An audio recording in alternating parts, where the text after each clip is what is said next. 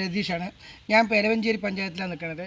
ഇപ്പോൾ എൻ്റെ മാമൻ പറഞ്ഞ ഒരാളുണ്ട്, വലിയ ഒരു അനുഭവസ്ഥൻ. എന്താ വെച്ചാൽ കുട്ടിക്കാലം തൊട്ട് വലിയ കാലം ഇന്ന് വരയ്ക്കും മൂപ്പർക്ക് നിറയെ അനുഭവം പങ്കുവയ്ക്കാൻ വേണ്ടി നമ്മൊന്ന് മൂപ്പരോട് ചോദിച്ച് മനസ്സിലാക്കാം. ഹായ് ഗായ്സ്, വരും നമ്മളെ കാണാം.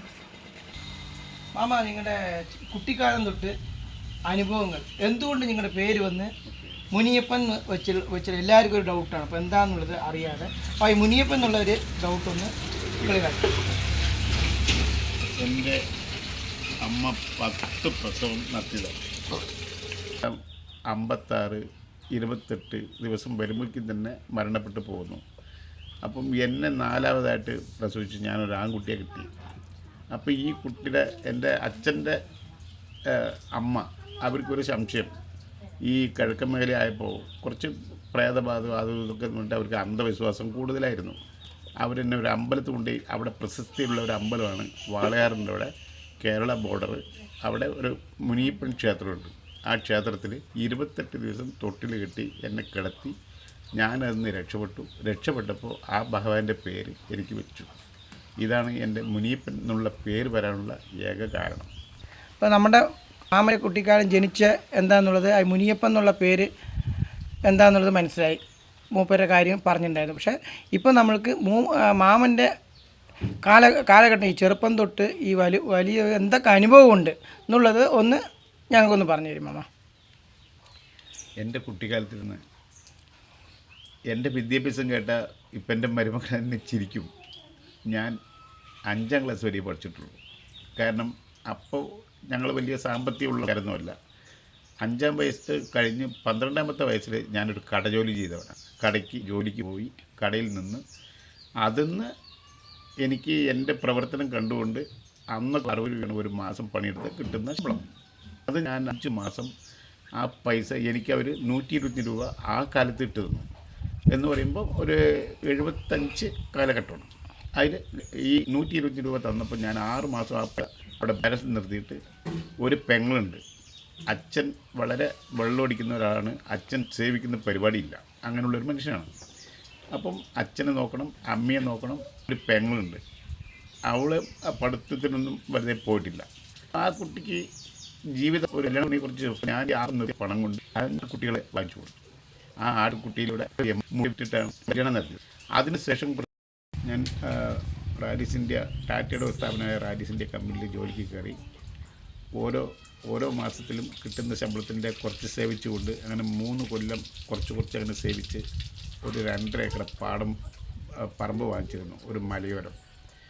അത് അച്ഛൻ്റെ പേര്, ഈ മകനെ വളർത്തിയത് അച്ഛനാണല്ലോ, അപ്പോൾ അച്ഛൻ്റെ പേരിൽ അത് രജിസ്റ്റർ ചെയ്ത് കൊടുത്തു. പക്ഷേ അച്ഛനത് വെള്ളമടിച്ച് നശിപ്പിച്ച് അത് ഒന്നുമില്ലാതെ, പിന്നെ അതിൽ നിന്ന് ഞാൻ ആരോടും ഇതില്ല. ഞാൻ പിന്നെ അങ്ങനെ ഒരു തുണ്ട് രാഷ്ട്രീയത്തിൽ കയറി. രാഷ്ട്രീയത്തിലൂടെ കമ്പനിയിൽ യൂണിറ്റ് സെക്രട്ടറിയായി. ലാസ്റ്റ് ഒരു 96 വരെ കമ്പനി ജോലി. അത് കഴിഞ്ഞ ശേഷം രാഷ്ട്രീയം വിട്ടു. എല്ലാം വിട്ടിട്ട് ഞാൻ കോൺട്രാക്ട് ഫീൽഡിൽ പോയി. കോൺട്രാക്ട് ഫീൽഡിൽ നിന്ന് അതിൻ്റെ മുന്നിൽ എൻ്റെ പെങ്ങൾക്ക് ഒരു കൊച്ചുമകൻ, ഫസ്റ്റിലൊരു മകൻ ജനിച്ചു. അവൻ്റെയൊക്കെ നല്ല രീതിക്ക് പെങ്ങളിനെ കെട്ടിച്ചു കൊടുത്ത് നല്ല രീതിക്ക് ഇതൊക്കെ നടത്തിക്കൊണ്ടുവന്നു.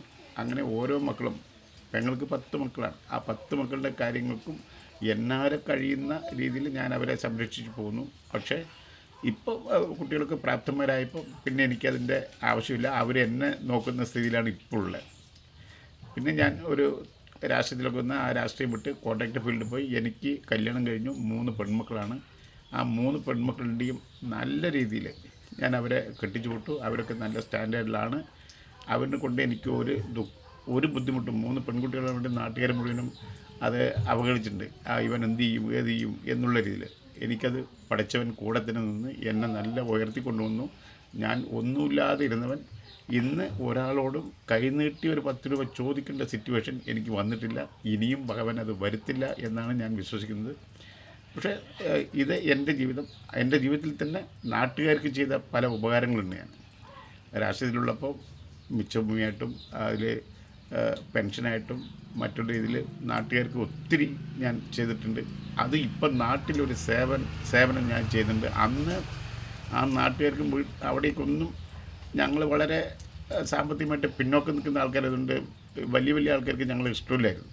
പക്ഷേ ഇന്ന് ആ വലിയവന്മാർ പോലും എന്നെ ഒരാളായി കരുതിക്കൊണ്ട് നാട്ടിൽ ഞാനൊരു അംഗീകാരം ഉള്ളൊരു വ്യക്തിയായി മാറിയത് ഈ രാഷ്ട്രീയത്തിലൂടെയാണ്. അത് ഇപ്പോഴും നിലനിന്ന് പോകുന്നുണ്ട്. എല്ലാ ഭാഗത്തും എല്ലാ ആൾക്കാർക്കും ഞാനില്ലെങ്കിൽ ഒരു കാര്യം നടക്കാൻ അയ്യോ ആ കുട്ടി വേണം എന്ന് പറയാവുന്ന രീതിയിൽ വന്ന് നിൽക്കുന്നുണ്ട്. ഇതാണ് എൻ്റെ ഷോർട്ടായിട്ട് എനിക്ക് പറയാനുള്ള കാര്യങ്ങൾ. ഇപ്പോഴും ഞാൻ എൻ്റെ മരുമക്കളും പെങ്ങളുടെ മക്കളും ഇതൊക്കെയായിട്ട് ഒരു കൂട്ടുകുടുംബം പറഞ്ഞാൽ ഞങ്ങൾ വലിയൊരു കുടുംബം, ആ വലിയൊരു കുടുംബമായിട്ട് ഇപ്പോൾ ജീവിച്ചു പോകുന്നു. ഇപ്പം ഞാൻ സ്വസ്ഥമാണ്. എനിക്ക് വേറൊന്നുമില്ല. പെൻഷൻ കിട്ടുന്നുണ്ട്. പെൻഷൻ കൊണ്ട് ഞങ്ങൾ റൊട്ടേഷൻ ചെയ്ത് അങ്ങനെ പോകുന്നുണ്ട്. പിന്നെ കുറച്ച് പറമ്പ് കിട്ടിയിട്ടുണ്ട്. ആ പറമ്പുണ്ട്. പറമ്പിൽ എന്നെ ഇപ്പോൾ പണിയെടുക്കാനൊന്നും കഴിയില്ല.